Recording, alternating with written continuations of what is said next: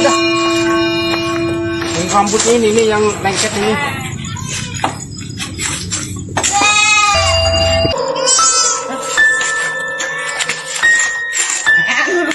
Dia udah gigit tuh, lepasin. Dorong aja, dorong kepalanya tuh. Udah gigit leher itu. Tuh kan? Oh, udah mau mati ya.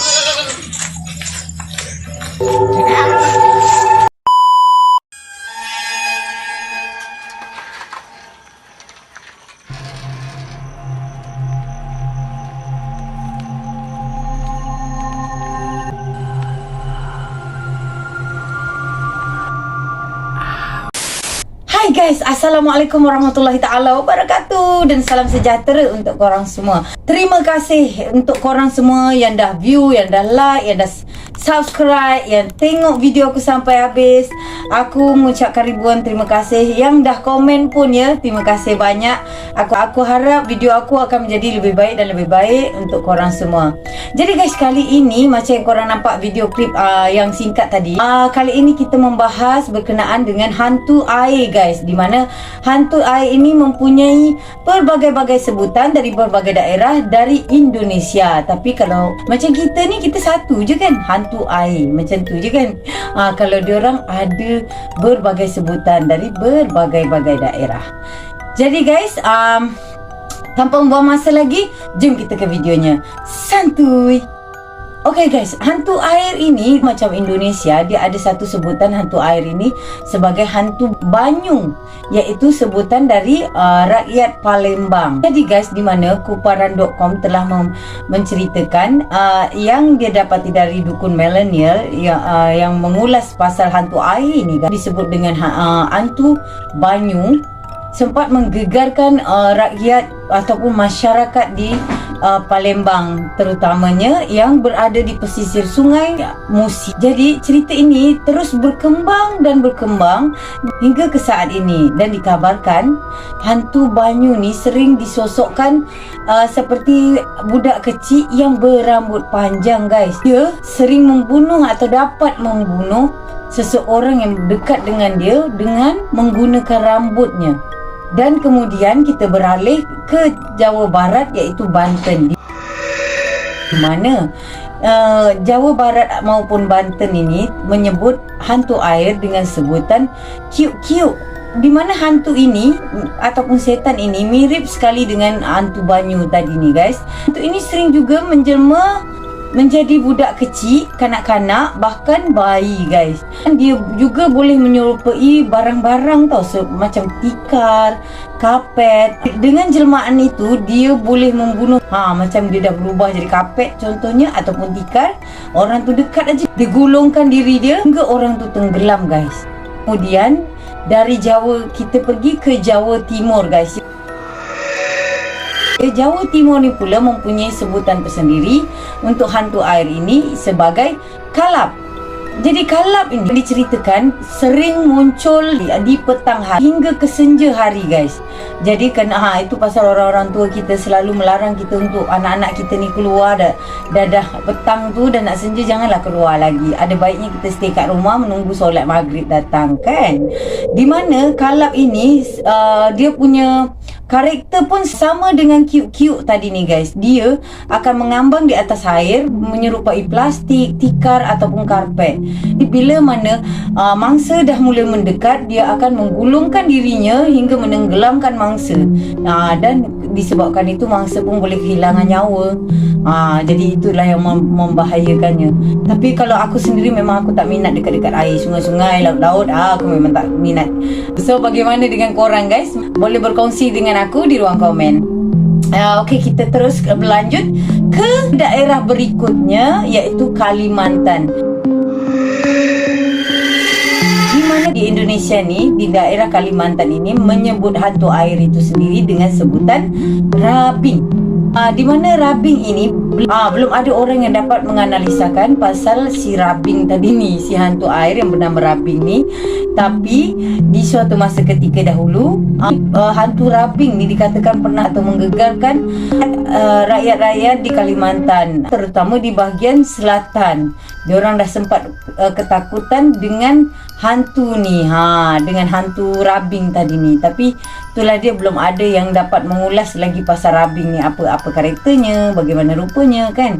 Okey guys, jadi itu adalah nama-nama ataupun sebutan-sebutan hantu air dari pelbagai daerah dari Indonesia. Sekarang kita sambung untuk cerita yang kedua, berbalik pada negara kita di Malaysia. Di mana di Malaysia ini ada satu kejadian di mana kejadian ini telah diceritakan di kisahbenar123.com. Kisah ini menceritakan di mana dua sekawan ini berada di jeti Sungai Kelang guys. Jadi diorang ni telah diganggu oleh penampakan hantu air dan Encik Pon tadi ni. So bagaimana ceritanya guys? Jom kita ke ceritanya. Santuy. Jadi guys, di satu malam ada seseorang ni yang diberi nama dengan Jusoh, bukan nama sebenar. Di mana Jusoh ini dah menjadi rutin dia sebagai pekerja pengawal ataupun penjaga bot di jeti Sungai Kelang guys. Jadi di mana Jusoh ini yang sepatutnya bekerja 2 orang, tapi kawan dia yang seorang lagi yang diberi nama Arif tak dapat datang kerja sebab dikatakan dia kurang sihat. So malam itu Jusoh ini bersendirian lah. Tapi tak lama kemudian sampailah seorang lagi kawan daripada Jusoh ni yang diberi nama Bo. Dia sampai dekat jeti tu, tapi bukan untuk bekerja, melainkan dia kaki pancing guys. Sama seperti cerita aku yang di video sebelumnya kan guys. Kalau orang kaki-kaki pancing ni, dia tak kira malam dah macam mana gelap pun dia akan redah. So jadi guys, di mana Boh ni dah membawa alat pancingnya, dia ingin memancing. Jadi Jusoh ni merasa lega lah sikit sebab adalah juga kawan, walaupun dia memancing tapi sekurang-kurangnya dia tak adalah bersendirian malam itu. Jadi bila dia dah melakukan rutinnya, dia berjaga dan membuat rondaan sedikit, mengecek bot yang ada.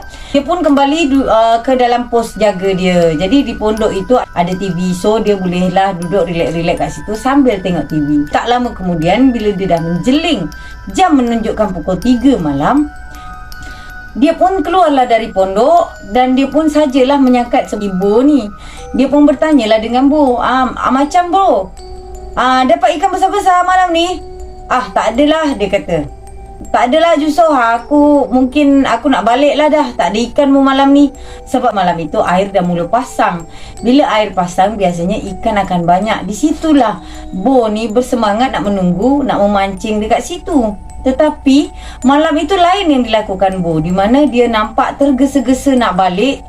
Dan sambil menjawab pertanyaan kawannya tu tadi, dia pun berkatalah macam banyak sampah aja kat sini, dia kata. Sebab kalau air pasang, mungkin sampah yang datangnya daripada sungai-sungai ataupun parit-parit besar dari ibu kota sana terus mengalir ke ini. Jadi sampah-sampah memang akan berlombok lah dekat sana. Sayangkan kita punya alam bila dah banyak yang tak bertanggungjawab ni membuang sampah merata-rata memenuhi parit. Okey, dah melencong sedikit cerita kita guys ya. Kembali lagi, lepas dia dah mula bersiap-siap dengan keadaan tergesa-gesa, dia sempatlah jumpa si Jusoh ni dekat pondok. Cuma dia kata dengan muka yang pucat, dia katalah dengan Jusoh, okey Jusoh, aku balik dululah malam ni, macam tak ada banyak ikan lah. Okey, kau jaga diri tau baik-baik, dia kata. Dia sempat lagi memesan macam tu dengan kawan dia. Jadi si Jusoh ni pun, Bo, kenapa Bo? Dia kata, biasa kau pancing sampai nak subuh, ni awal je kau tak nak stay ke? Dia tanya. Lepas tu si Bo ni pun kata, tak apalah, besok aku jumpa kau, esok aku cerita dengan kau, dia kata.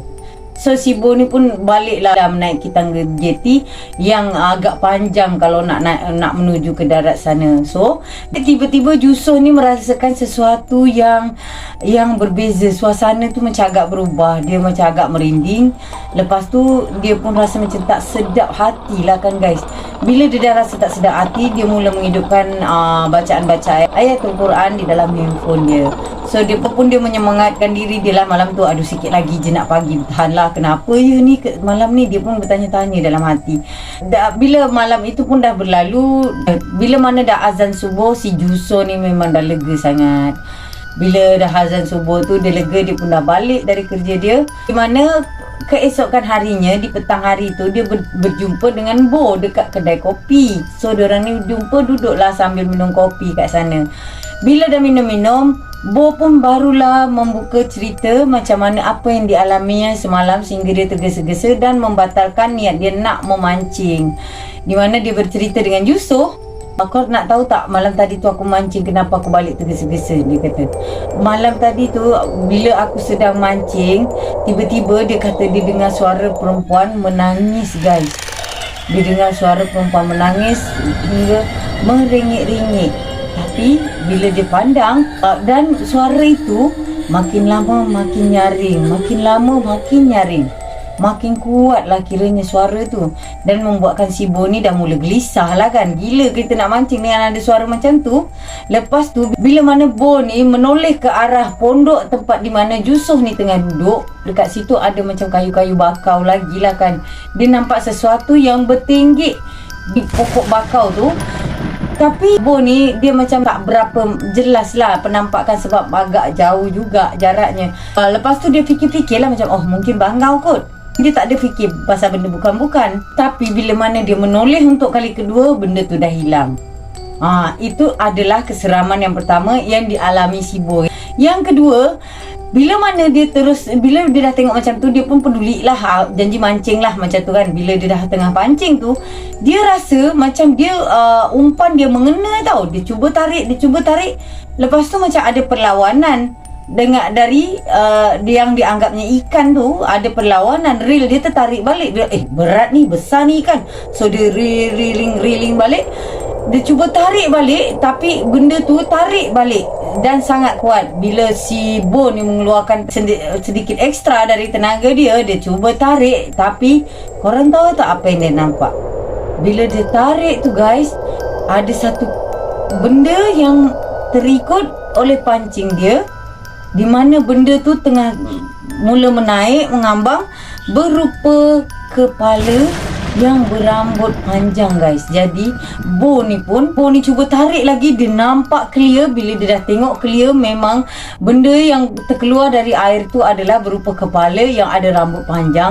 So apa lagi, si Bo ni pun pergi ambil gunting, dia putuskan tali pancing dia. Dan dia segera berkemas-kemas. Dia kata, oh ni dah tak betul dah ni. Bila lepas dia berkemas-kemas, itu yang dia terus keluar dan jumpa si Yusof dekat pondok tadi tu guys. Dan itulah sebabnya Bo sempat menasihati Yusof untuk menjaga dirinya, sebab dia dah nampak benda-benda macam tu. So dia pun dah tak nak stay lagi. Itulah dia terus je balik ke rumah. Jadi guys, itu adalah kisah-kisah yang berkaitan dengan hantu air yang dapat aku kongsikan dengan korang hari ini. So macam mana pendapat korang? Kalau korang ada apa-apa pengalaman yang berkenaan berkaitan dengan hantu-hantu air ni, bolehlah kongsi dengan aku ya guys. Korang boleh email aku awikretos@gmail.com maupun dekat TikTok awikretos81 TikTok. Okay? So jumpa lagi guys di video aku selanjutnya. Assalamualaikum warahmatullahi taala wabarakatuh. Santuy.